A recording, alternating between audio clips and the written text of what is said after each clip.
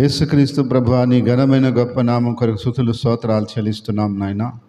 ఈ సమయంలో మీ యొక్క వాక్యం ద్వారా మాతో మాట్లాడి ఆదరణ, హెచ్చరిక, క్షమావృద్ధిని కలిగించమని, అయ్యా మమ్మల్ందరినీ దర్శించమని, నీ ఆత్మచేతములందరినీ బలపరచమని నీ చేతులు సమర్పించుకుంటూ మాకు కావలసిన లోతైన బలమైన శక్తి కలిగిన మాటలు ఏదైనా మాకు అందించు నాయన. నీ దాసులను మరుగుపరిచి నిన్ను మాత్రమే మహింపరచుకోమని, అయ్యా నీ నామానికి మహిమ, ఘనత, ప్రభావాలు చెల్లిస్తూ యేసుక్రీస్తు నామంలో స్తుతించి ప్రార్థించి అడిగి ఏడుకుంటున్నాము తండ్రి, ఆమేన్. హల్లెలూయా. దేవుని నామానికి స్తోత్రం కలుగును గాక. కూడొచ్చిన మీ అందరికీ వందనాలు. మనం ఈరోజు వర్షమైనప్పటికీ, వాతావరణం బాగలేనప్పటికీ మీరందరూ దేవుని మీద విశ్వాసంతో దేవుని సన్నిధిలో పాల్గొనాలని ఆశతో వచ్చినందుకు ప్రత్యేకంగా మీ అందరికీ నేను ధన్యవాదాలు తెలియజేస్తున్నాను. ఎందుకంటే మామూలప్పుడు అందరూ వస్తాం, ఇబ్బంది ఉన్నప్పుడు కొందరే వస్తాం. కాబట్టి అప్పుడు ఎంత మాత్రం మన విశ్వాసం ఉంది, దేవుడి మీద మనకు ప్రేమ ఉందనేది అప్పుడు అలాంటప్పుడే మనకు తెలుస్తుంది. కాబట్టి అందుకని దేవుని వాక్యాన్ని మనం భయభక్తులు ధ్యానం చేసుకుందాం. అందరూ బైబిల్ తీసుకోనండి.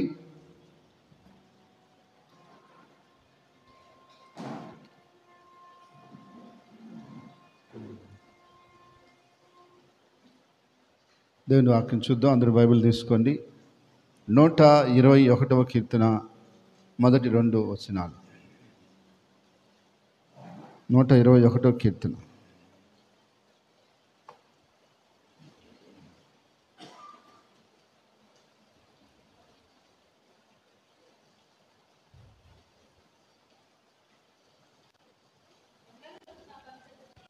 కొండల తట్టు నా కనులెత్తుచున్నాను, నాకు సహాయం ఎక్కడి నుండి వచ్చును?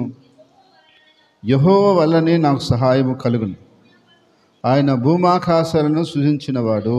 చూడండి, ఇక్కడ భక్తుడు ఏమంటున్నాడంటే, కొండల తట్టు నా కన్నులు ఎత్తుచున్నాను, నాకు సహాయం ఎక్కడి నుంచి వస్తుంది అని ఆయనే ప్రశ్నించుకుంటున్నాడు.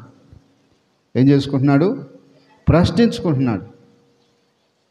ఎట్లా అంటే, పేతురు ఉన్నాడు అనుకోండి. పేతుర్ని ఆయన అనుకుంటున్నాడు, పేతురు నువ్వు కొండల తట్టు కళ్ళెత్తుతున్నావు, నీకు సహాయం ఎక్కడి నుంచి వస్తుంది అని ఆయనే ప్రశ్నించుకుంటున్నాడు. మరి ఎక్కడ చూడాలా? భూమాకాశాలు సృజించిన యెహోవా వలనే నీకు సహాయం వస్తుంది. కాబట్టి నువ్వు చూడాలనుకుంటే ఎవరి వైపు చూడాలి? యెహోవా వైపు చూడాలా. ఎందుకు యెహోవా వైపు చూడాలంటే, ఆయన మనల్ని పుట్టించినవాడు, ఆయన మనల్ని సృష్టించినవాడు, ఆయన మనకు సహాయం చేసేవాడు. కాబట్టి మనం ఆయన వైపు చూడాలి. ఇప్పుడు ఉదాహరణకు చిన్న బిడ్డలు ఉంటారు. పెద్దలు, తల్లిదండ్రులు బయటకు పోయి వచ్చేటప్పుడు ఏం చేస్తారు? మా అమ్మ నాన్న ఎప్పుడు వస్తారు, మా అమ్మ నాన్న ఎప్పుడు వస్తారు అని కాసుకొని చూస్తూ ఉంటారు. అది చూసినప్పుడు ఎందుకు చూస్తారు? ఏదన్నా తినే వస్తువులు ఏమైనా తెస్తారేమో అని చూస్తుంటారు.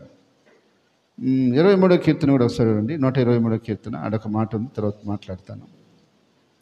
123వ కీర్తన మొదటి నుంచి. ఆకాశమందు ఆసీనుడైన వాడా, నీ తట్టు నా కనులెత్తుచున్నాను, దాసుల కనులు తమ యజమానుల చేతి తట్టును, దాసుల కనులు తమ యజమానురాల చేతి తట్టు చూస్తున్నట్లు మన దేవుడని యెహోవా మనల్ని కరుణించు వరకు మన కన్నులు ఆయన తట్టు చూస్తున్నవి. చూడండి, ఇక్కడ ప్రభు ఏమంటున్నాడంటే, ఆకాశమందున్న ఆసీనుడైన వాడా, నీ తట్టు నా కనులెత్తుచున్నాను. మనం ఎట్టెత్తాలా? ఆయన తట్టు మనం కనులెత్తాలా. దాసి ఎవరి సాయి చూస్తుందంట? తన యజమానురాలు చేతి వైపు చూస్తుందంట. దాసుడు ఎవరి సాయి చూస్తాడంట? తన యజమానుడి యొక్క చేతి వైపు చూస్తాడట. ఎందుకంటే ఏమన్నా ఇస్తాడేమో చూస్తాడట. అదే మన పిల్లలు కూడా ఏం చేస్తారంటే, వచ్చేటప్పుడు మనం చూడగానే వాళ్ళ చూపు చేయి కడికి వస్తుంది. ఫస్ట్ మనం చూస్తారు. నెక్స్ట్ చేతులను చూస్తారు. ఎందుకు? చేతుల్లో ఏమైనా ఉందా, ఏమైనా తెస్తున్నారా లేదా అని చూస్తారు. ఎందుకు చూస్తారు? మన సాయి పక్కన వాళ్ళ సాయి ఎందుకు చూడరు? ఇప్పుడు మన సాయి ఎందుకు చూస్తారు? పక్కన వాళ్ళు కూడా స్త్రీ పురుషులు పోతుంటారు కదా, వాళ్ళ సాయి ఎందుకు చూడరు? చూసినా వాళ్ళకి ఏం రాదు, అందుకని వాళ్ళ వైపు చూడరు. తన తల్లిదండ్రుల వైపు మాత్రమే చూస్తారు. ఈరోజు కూడా ఒక దాసుడు దాసురాలు కూడా తమ యజమాని వైపు చూస్తూ ఉంటుందంట. పని అయిపోయింది, ఇంటికి వెళ్తున్నాను, నాకేమైనా ఇస్తారేమో అని చూస్తూ ఉంటారంట. లాస్ట్లో పోయేటప్పుడు ఏదైనా వస్తువు, ఒక ఫలము, ఒక చిన్న కూరో, ఇంకేదైనా కానీ చేతిలో పెడితే వాళ్ళు పని చేసుకొని సంతోషంగా వెళ్ళిపోతారు. ఏం పెట్టకుండా పంపించామనుకో అంత సంతోషంగా పోరు వాళ్ళు. అందుకని ఆ పని అయిపోయిన తర్వాత వెంటనే యజమాని ఆ యజమాని అటు తిరుగుతూ ఉన్నా కూడా ఆమె గమనిస్తుంటుందంట. ఎవరు? ఆ దాసురాలు. ఏమని? నా యజమానురాలు లోపలికి పోయింది, ఏదన్నా ఎత్తుకు రాకపోతుందా, చేతులు ఏదైనా పట్టుకుని నాకు ఈగిపోతుందా అని చూస్తుండదంట. ఖాళీ చేతులతో వచ్చిందనుక ఆమె అప్పుడు కొంచెం నిరుత్సాహం ఉంటుంది. ఏదో ఒకటి ఎత్తుకొచ్చిందనుక ఆమె కోసం ఆమె సంతోషంగా ఉంటుంది. అదేవిధంగా మనం కూడా ఎప్పుడు ఎవరి వైపు చూడాలా? దేవుని వైపు చూడాలి, ఆయన చేతుల వైపు చూడాలా. అందుకని దీని మీద ఒక కీర్తన గతంలో మనం పాడటం జరిగింది. దేవుడు ఆ రోజుల్లో, నా కన్నులు నీ వైపే చూచుచున్నవి, నా కరములు నీ దిక్కే సాసియున్నవి, నా కన్నులు నీ వైపే చూచుచున్నవి, నా కరములు నీ దిక్కే సాసియున్నవి అనేటువంటి పాటని అప్పట్లో పాడుకోవటం జరిగింది. మన కన్నులు ఎటు చూడాలా? పక్కింటి వాళ్ళతో చూస్తే ఏమిస్తారు? వాళ్ళు తెచ్చుకోవచ్చు కూడా, దయ ఉంటే ఏదైనా ఒకటి ఇస్తారు, లేకపోతే లేదు. అదే మన కన్న తండ్రితో చూస్తే, కన్న తల్లితో చూస్తే ఆమె ఏదో ఒకటి ఇస్తుంది. నువ్వు ఎంత చెడ్డోడైనా, ఎంత చెడ్డ మనిషి అయినా తండ్రికి ఆడికొచ్చి చేయి చెప్తే ఏం చేస్తాడు? లేదంటాడా? లేదని చెప్పగలడా? తండ్రి కాబట్టి ఏదో ఒకటి సహాయమో చేస్తాడు. అయితే మనము మన తండ్రి వైపు చూడాలా. మనమే మన పిల్లలకి ఏదో ఒకటి ఇవ్వాలని ఆలోచన చేస్తాం. మనం అడగకుండా పోయామనుకో, చేతిలో డబ్బులు ఉంటే మనం ఏం ఆలోచిస్తాం? మన ఇంటికి ఏదన్నా తీసుకొని పోదాం, ఏదన్నా కొనుక్కొని వెళ్దాం అని ఆలోచిస్తాం. ఎందుకంటే మన బిడ్డల చేతుల్లో పెట్టాలా, పెడితే వాళ్ళు సంతోషిస్తారు అని. వాళ్ళ డబ్బులు లేవనుకో, అప్పుడు చూసుకొని వచ్చేస్తాం. అయితే బాగున్నావు, కానీ నాకు డబ్బులు లేవే ఎట్లా అని వచ్చేస్తాం. కానీ మన తండ్రి కూడా ఆలోచిస్తుండంట. ఎట్లాగా? చూడండి, మత్తయి సువార్త 7వ అధ్యాయం 7వ వచనం నుంచి.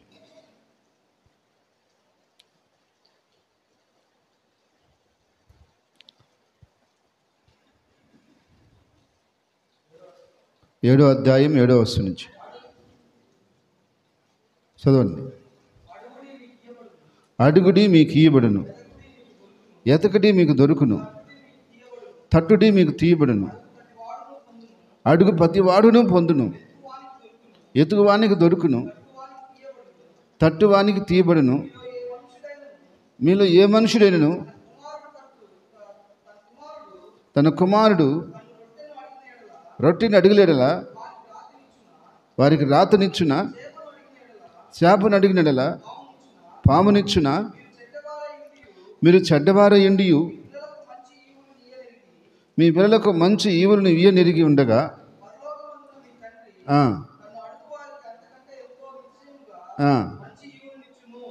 ఏం చేస్తాడంట? మనము అడిగితేనే దేవుడు ఇస్తాడట. కానీ దానికి ముందు ఒక ఉపమానం చెప్పాడు. దాని తర్వాత ఏమని చెప్పాడు? ఒక తండ్రికి కుమారుడు వచ్చి అడిగాడట. ఏమని? డాడీ, నాకు ఆ రొట్టె కావాలి డాడీ అనంట. అప్పుడు ఆ తండ్రి, రొట్టె ఎందుకురా, రాయి తిను అని ఇస్తాడా? లేదు. డాడీ, ఆ శాపం తింటాను డాడీ, నాకు కావాలా అని అంటే చేప ఎందుకురా, నువ్వు పాముని తినరాని ఇస్తాడా? ఇస్తాడా? ఇవ్వడు. ఎందుకంటే తండ్రి కాబట్టి బిడ్డ అడగగానే ఏమైపోతాడు? రే నా బిడ్డ అడిగాడు, నా బిడ్డకి ఏమైనా చెయ్యాలా అని వెంటనే దాన్ని తీసిచ్చే ప్రయత్నం చేస్తాడు. వాళ్ళు వల్ల కాని పరిస్థితి చెప్తాడు, నైనా అది ఇప్పుడు కుదరదురా, ఇంకోసారి చేద్దాం అని చెప్పి చెప్తాడు. అంతేకాదు రాయిదిని అని ఇస్తాడా? ఇవ్వడు. మనుషులు చెడ్డవాళ్ళు కూడా ఉండొచ్చు, మనలో చెడ్డ గుణాలు ఉండొచ్చు, ఉన్నాయి కూడా. అయినా మన బిడ్డలకు మనం ఏం చేయాలనుకుంటున్నాం? మంచివి ఇవ్వాలనుకుంటున్నాం. నేను తాగుబోతాను కాబట్టి నా బిడ్డకి చెడ్డ చేద్దామని అందా ఎవరికన్నా? ఉండదు. మంచి చేయాలనే ఉంటుంది.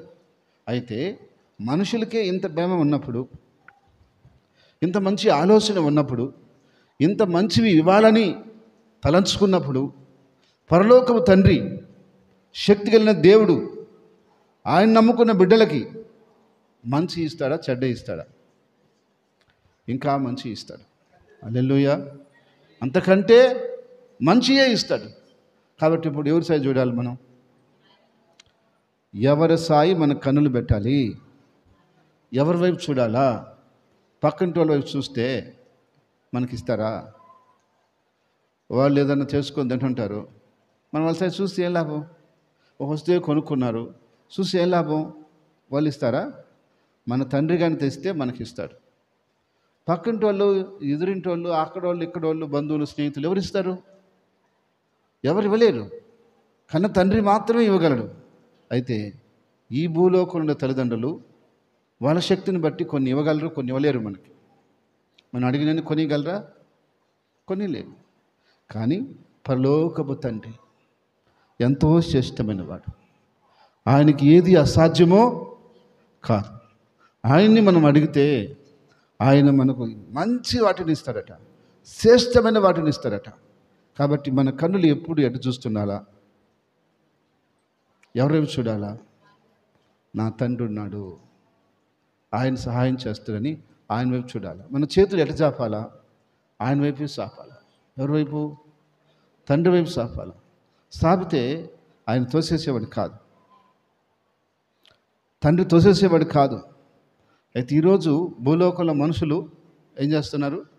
తోసివేయచ్చు, కానీ దేవుడు తోసేయడు. నాకు తెలిసి ఏ తల్లిదండ్రులు బిడ్డల్ని తోసేయరు, కానీ బిడ్డలే తల్లిదండ్రులను తోసేస్తారు. నేను ఒక విషయం గమనించాను. చిన్నప్పుడు పిల్లలు తల్లిదండ్రుల చేతుల సాయి చూస్తారు, పెద్దయినాక తల్లిదండ్రులు బిడ్డల చేతుల సాయి చూస్తారు. నేను ఎప్పుడన్నా మా ఊరికి వెళ్తే మా అమ్మ అంటుంది, ఏనైనా అరటిపళ్ళని తాగకూడదా అంటుంది. అబ్బా అనిపిస్తుంది నాకు. అంటే నేను అడవాడికి తీసుకుండా పోకూడదని కాదు, ఎట్టో ప్రోగ్రామ్ మీద పోతాను, సభకి అటు నుంచి అటు వెళ్ళిపోతాను. అంటే టౌన్లోకి వచ్చి కొనుక్కొని పోవాలా, దాన్ని తీసుకొని పోవాలంటే అటు వెళ్ళిపోతాం. ఆ పక్కన ఒక మాట అనేదానికి ఏమని, ఒక అరటిపళ్ళన్నా కొద్దిగా తాగకూడదని అన్నది అనుకో, అప్పుడు బాధ అనిపిస్తుంది. అంటే ఆమె ఎవరి వైపు చూస్తుంది? ఇప్పుడు బిడ్డల వైపు. పెద్ద అయిన తర్వాత తల్లిదండ్రులు ఎవరి వైపు చూస్తారు? బిడ్డలు ఏమన్నా పెడతారా? ఏమైనా ఈరోజు ఏమైనా చేసుకున్నారేమో, మనకి ఎత్తుకొచ్చి పెడతారేమో అని తల్లి తండ్రి చూస్తూ ఉంటారు. కానీ బిడ్డల మనసు ఎటుంటుంది? కఠినం. కొంతమంది చాలా కఠినం, చేసుకున్నట్టే తింటుంటారు. కానీ తల్లి ఉందే, తండ్రి ఉన్నాడే, పెడదామే అని ఉండదు. అదే తల్లి తింటుంది ఆ విధంగా. తల్లి ఇదిగో అన్న చెప్పేవాడు, చిన్నప్పుడు అన్నం తెచ్చి వాళ్ళ అమ్మ తలా ఒక ముద్దు పెట్టి ఆమె గమ్ముండేదంట.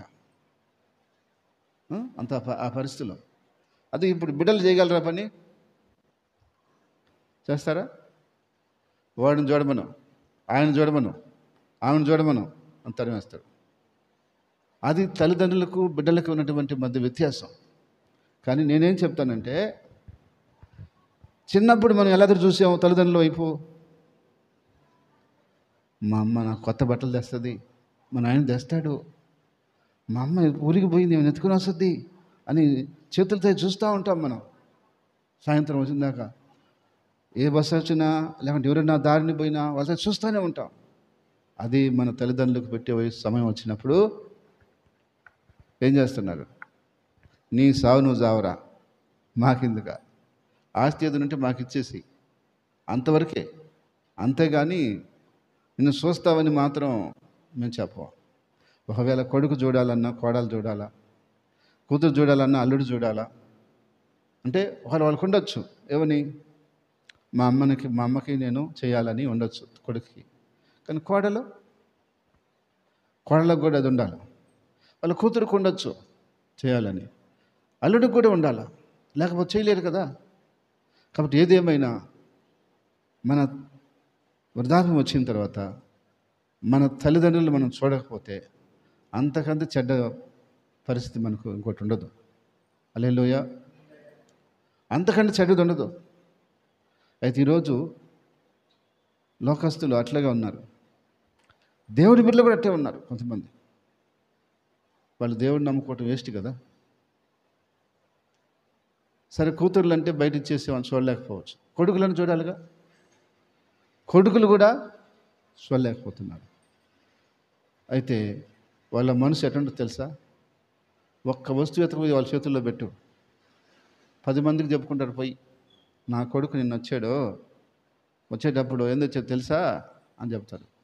ఇదిగో మా కూతురు నిన్న వచ్చింది, నాకు అని చెప్పుకుంటారు పోయి. ఏది పిల్లలు మనం చెప్పం, వాళ్ళు చెప్పుకోవచ్చు కూడా.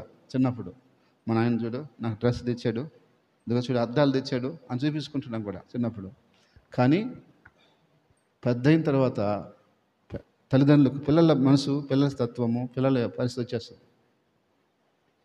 చిన్నపిల్లలు ఏ విధంగా ఎదురు చూస్తారో ఆ వయసులో వాళ్ళు కూడా అలాగే ఎదురు చూస్తారు. ఒక్కోసారి వాళ్ళు కూడా ఒక మతి మార్పు ఉంటుంది. తినేసి కూడా ఏం చెప్తారు, మళ్ళీ మాకు అసలు పెట్టనే లేదు, అసలు మాకు ఎవరు పెట్టారని చెప్తారు. అంటే ఆ వయసు వచ్చేసిన తర్వాత కూడా అటువంటి కొన్ని సందర్భాలు కూడా నేను విన్నాను. అంటే వాళ్ళ మతి మరుపు. ఇప్పుడు ఒక ఇంటికి పోయి వస్తుండా, 2 వారాల క్రితం పోయి ప్రార్థన చేసి వచ్చిన నాయన నువ్వు వచ్చి ఎన్ని రోజులు అవుతుంది అంటుంది. 2 వారాలు అయింది కదా వచ్చి, ఎప్పుడు అంటుంది. 2 వారాల క్రితం, పోయిన వారం అంతకుముందు వారం. అంటే వాళ్ళకి మతి మరుపు కూడా ఉంటుంది. కానీ ఏదేమైనా వాళ్ళని చూడాలి మనం. వాళ్ళు మన సైజ్ చూస్తూ ఉంటారు, చేతుల సైజ్ చూస్తుంటారు, మనం గమనిస్తుంటాం. అది మనం చూసుకోవాలా, అది మనం అర్థం చేసుకోవాలి. అందుకని మా అమ్మ ఎప్పుడైతే అరటిపళ్ళు తాగదని అడిగిందో, నేను పోయేటప్పుడు ఏదైనా ఎత్తుకొని పోతా. ఒకసారి మా భార్య ఇంట్లో ఏదైనా ఉంటే కవర్కి వేసిస్తుంది, తీసుకొని పోయి ఇవ్వమని. అంటే ఎందుకని? వాళ్ళు ఎదురు చూస్తారు. ఎదురు చూస్తారు. వాళ్ళకి ఇవ్వను పెట్టాల్సిన బాధ్యత ఉంది. కానీ ఈరోజు చూస్తున్నారా? చూడకపోతే మంచిది కాదు. నువ్వేమో పంచి పరిమాణాలు పెట్టబల్లా, చేసుకున్న కూర పెట్టు కొంత, అది ఎంత యాభై అయిపోతుందో. అమ్మా ఈరోజు నేను ఇది వంకాయ కూర చేసుకున్నా, ఒక రొంత వేసుకో అని ఎంత ఆడబెట్టు, అది ఎంత యాభైగా ఫీల్ అవుతుందో.